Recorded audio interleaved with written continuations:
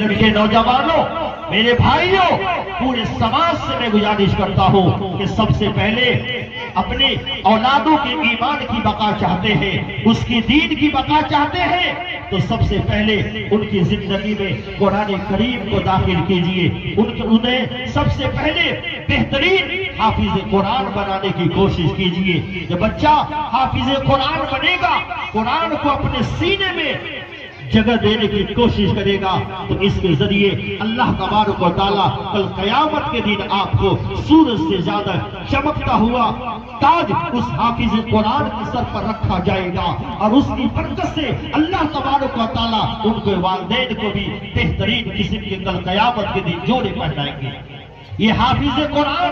جنہوں نے آج کی تاریخ میں قرآن کریم کو اپنے سینے میں بسایا ہے، یہ کوئی عام انسان نہیں ہے، یہ حزب الرحمان ہے، یہ اللہ کے فوجی ہے، یہ امت کے احسان محسن ہے، یہ ہمارے محسن ہے، یہ سماج کے محسن ہے۔ یاد رکھیے، ایک حافظ قرآن کی مثال ایسے ہی ہے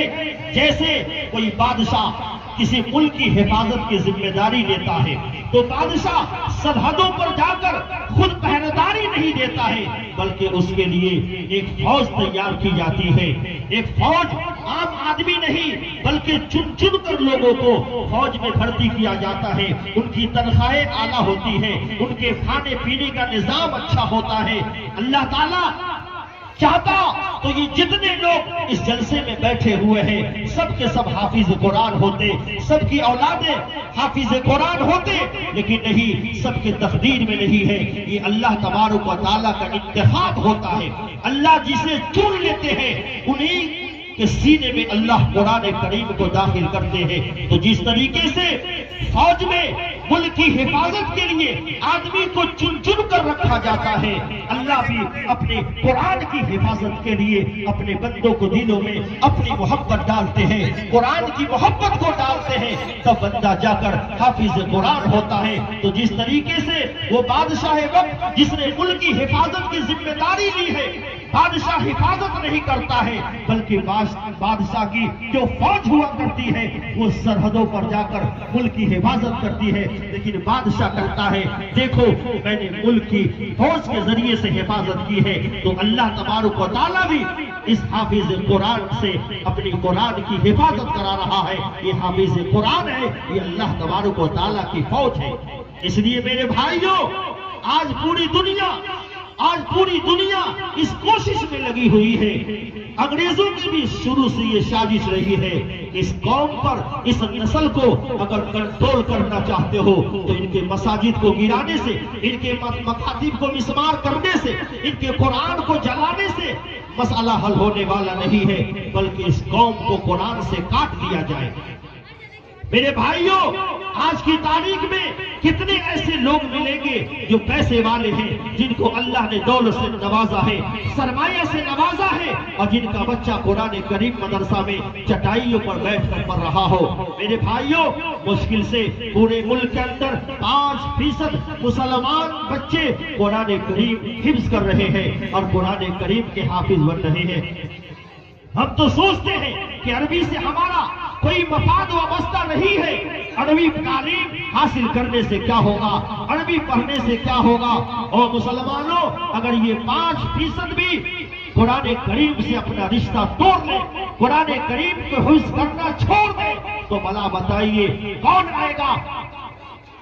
مصلی پر کھڑا ہو کر رمضان کے مہینہ میں ہمیں کون اللہ کا کلام پڑھ کر سنائے گا، ہماری نماز جنازہ پڑھانے کے لیے کون آئے گا، ہمارا نکاح پڑھانے کے لیے کون آئے گا؟ اگر یہ سارے کے سارے انگریزی کے دیوانے ہو جائیں گے اور ادھر ہی چلے جائیں گے تو پھر اللہ کے کلام کو پڑھنے والا کون ہوگا؟ یاد رکھیے،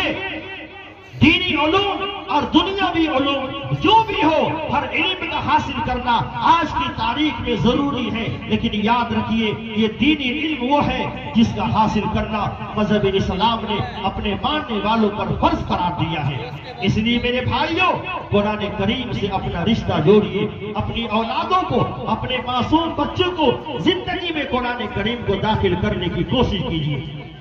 وہ حافظ قرآن جنہوں نے اپنے سینے کے اندر قرآن کو محفوظ کیا ہے، یہ قرآن کو بچا کر دنیا سے قبر میں لے جائے گا، قبر میں لے جائے گا، اس کے بعد اس کو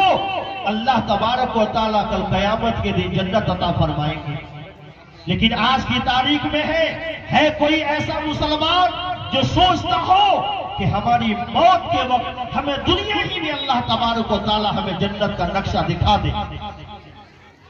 اگر کوئی مسلمان چاہتا ہے تو نبی کریم صلی اللہ علیہ وسلم کا ارشاد گرامی ہے کہ جو آدمی پابندی کے ساتھ سورہ یاسین کی تلاوت کرتا ہے، پابندی سے جو انسان سورہ یاسین کی تلاوت کرتا ہے، یا اگر نہیں کر پاتا ہے تو مسجد کے امام سے یا کسی اور سے کہتا ہے کہ اللہ کے واسطے مجھے سورہ یاسین کی تلاوت کرنا سکھا دو، یا تو مجھے یاسین پڑھ کر سناؤ۔ اس کی برکت کیا ہے؟ جب انسان کے موت کا وقت قریب آتا ہے، اور جو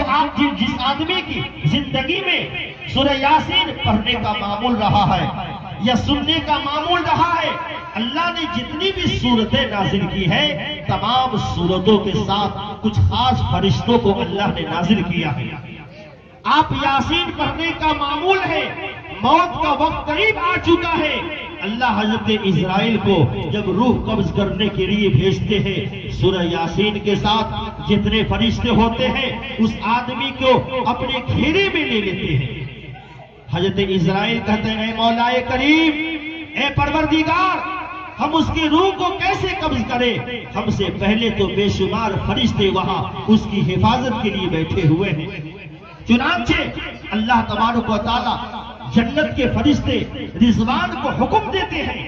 کہ تم جاؤ اور جنت کا نقشہ میرے اس بندے کو دکھا دو جو دنیا میں سورہ یاسین کی تلاوت پابندی سے کرتا تھا یا سنتا تھا۔ جب جنت کا نقشہ اس کے سامنے پیش کیا جاتا ہے تب وہ کہتا ہے مجھے اس جنت کے اندر بھیج دیا جائے۔ تو میرے بھائیوں، یہ سورہ یاسین کی تلاوت کی برکت ہے۔ آج قرآن کی تلاوت کا ماحول بھی ہمارے سماج سے ختم ہو چکا ہے۔ ایک دور تھا، زندہ لوگوں کا شہر تھا، زندہ لوگوں کی بستی تھی۔ جب مدینے کی گلیوں سے رات کی تاریکی میں گزرنے والا گزرتا تھا، جب گزرنے والا گزرتا تھا تو ہر گھر سے قرآن کی تلاوت کی آواز آتی تھی۔ آج کی تاریخ میں، آج پورے سماج میں آپ سروے کر لیجئے، خدا کی قسم شاید کوئی ایسا گھر مل جائے جس گھر میں سے آپ کو قرآن کی تلاوت کی آواز آ رہی ہو۔ ہر مسلمان، مرد ہو یا جوان، عورت ہو یا بوڑھے، ہر آدمی آج کی تاریخ میں